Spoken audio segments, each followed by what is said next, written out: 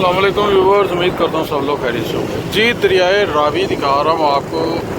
और ये पानी की सूरत हाल, जो एक रेला गुज़रना था वो गुज़र रहा है रावी से तकरीबन 50,000 क्यूसिक का। तो ये देख लें दरियाए रावी में पानी की सूरत हाल। और अभी शादरा का मुकाम है ये, और शादरा पे रावी पुल में खड़ा हूँ इस वक्त मैं। और ये देख सकते हैं पानी कहाँ कहाँ तक जा रहा है। इंडिया ने पानी छोड़ा है, पीछे कहीं निकला होगा पानी। और ये देख लें पानी यानी कि काफ़ी है।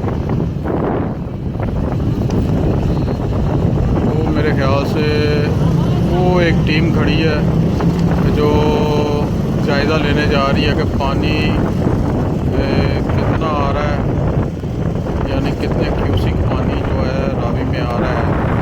सारे मेरे ख्याल से यही गवर्नमेंट टीम, जो गवर्नमेंट का इदारा जो होता है, जो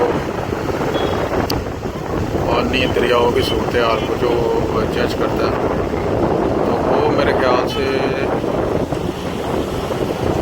यही जज करने जा रहे हैं कितना पानी इस वक्त रावी से गुजर रहा है।